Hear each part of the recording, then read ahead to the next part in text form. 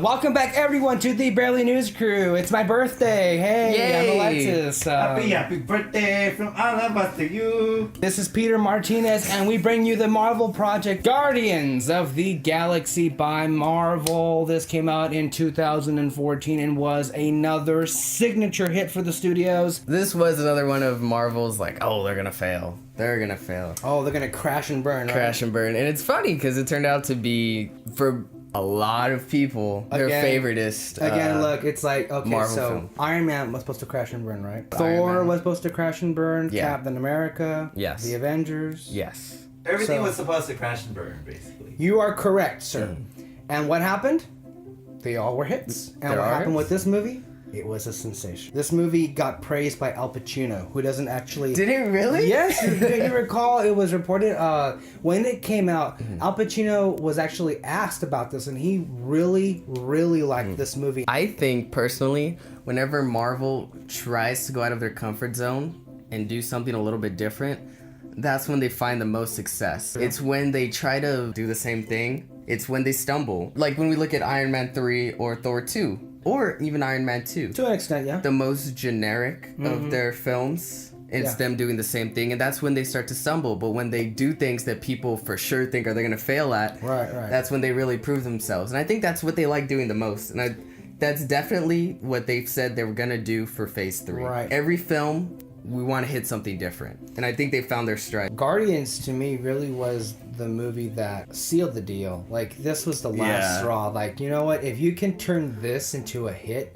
one of the most obscure comic book entities... I had no idea who they were. What can't you make into a hit? It's because of Guardians that I had no trepidations about Ant-Man or even Doctor Strange or any of these other really arcane properties. Let's start off with the direction by James Gunn, what he did. The visuals are pretty great. Everything Yeah. about this movie, James Gunn made sure to feel was there, actually. A lot of practical effects, a lot of color to bring that back into a sci-fi fantasy genre kind of movie.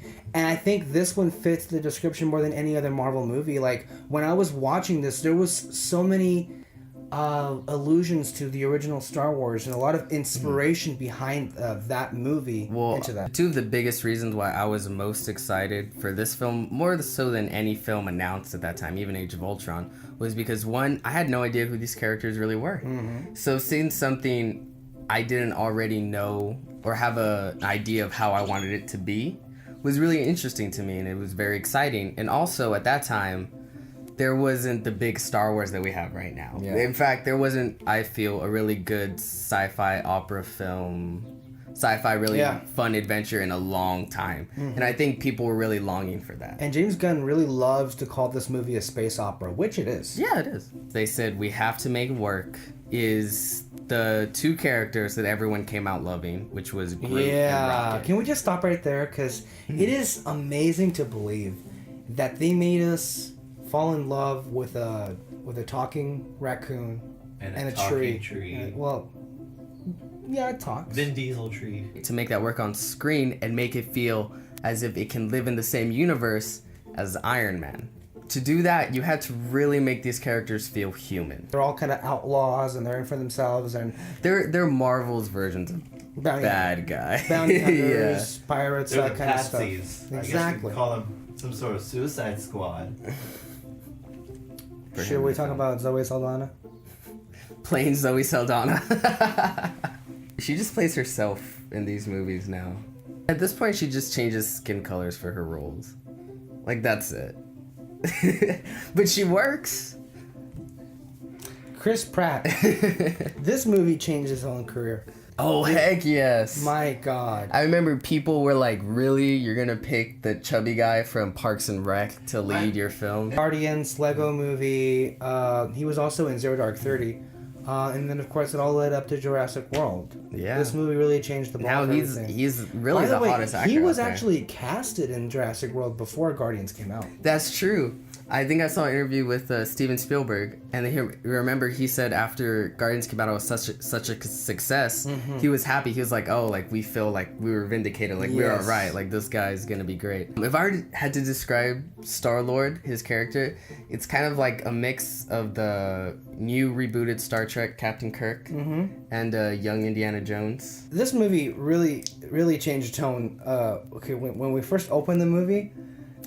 I love that opening. Yes, but it's a completely different tone than the rest of the movie, I'll tell you. People were crying and bawling in that first scene. And then when it gets picked up and it's like, okay, and then all of a sudden you get to Come and Get Your Love. Like, yeah, you know the song and everything. And you have opening credits. I'm like, okay, what movie am I watching? But it's great. I loved it. The music in this movie changed my life. I'll tell you this. The music... Aside from, obviously, Ain't No Mountain High Enough and Pina Colada Song and even the Jackson 5, I Want You Back, a lot of these songs I was not familiar with. These were these were classic songs. And I love classic songs. I mean, my music palette has thankfully diversified or culturally appropriated, however you want to describe it. Culturally appropriated. My music palette has increased because of this movie and all the different, the classic pop songs, as they would describe it in that movie. The soundtrack itself, I recall, was a big hit. They actually had a vinyl record out, or even... And they had an actual cassette. Yes, for a Walkman, I think, out when that was released. It was a big hit. So, obviously, one of the big things that I'm geared up for the sequel is soundtrack. Yep. Volume 2. Yes. It is that like anything can happen. You know, if something dumb happened, they just make a joke about it. Yeah. Very funny, but then it also has very strong emotional moments. It does, yeah. With characters that you really care about,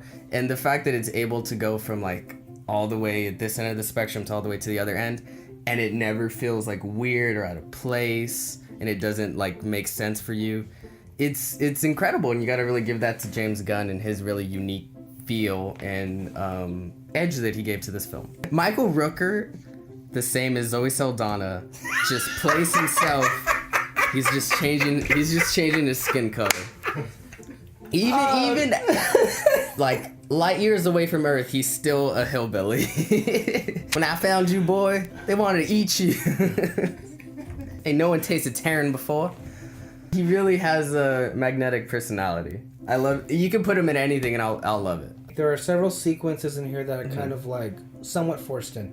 Tanner Tavon, the collector, when they go to him and then they bring him the Infinity Stone, and you have that exposition scene where you reveal the previous stones that we've encountered. Oh yeah, that's very you see that a lot in movies. It's like this character is exposition man. Yes. He's gonna tell you exactly what this is and what it's for, and it's gonna propel the story forward. It didn't bother me that much. I liked it, actually. Especially because the story is so basic. I would feel what was more forced in the movie was Thanos more than anything. I think Really? James Gunn actually complained about that. He didn't want to have Thanos involved. Really? He actually thought it was more of a better decision for Marvel in the movie. Because I had heard that he was the one that wanted to put Really? Thanos in there. I think I saw the bonus feature they had in the Blu-ray, and he said that? I don't remember. I think it was an interview at the time that it came out, and he said that it was.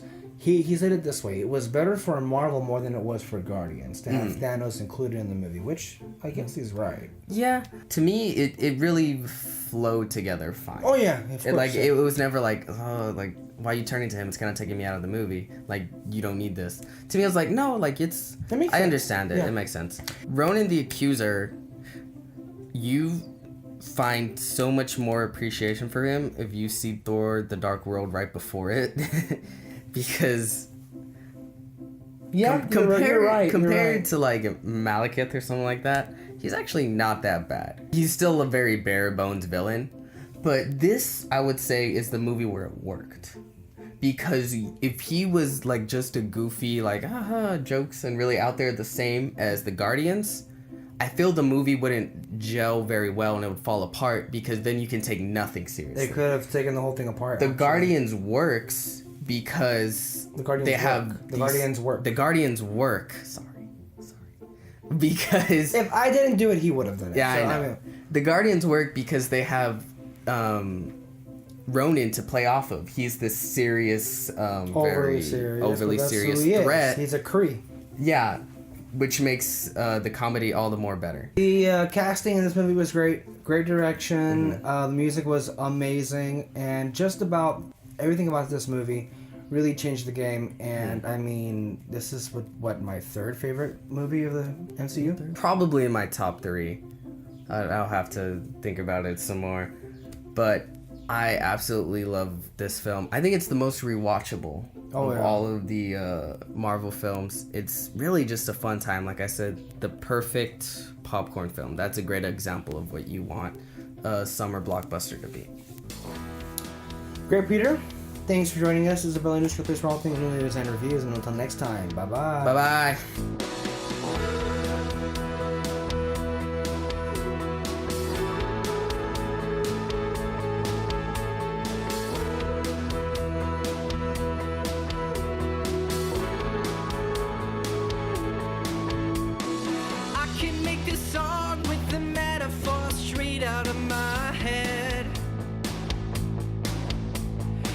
Can make you sing, sing, I can make you sing it out loud.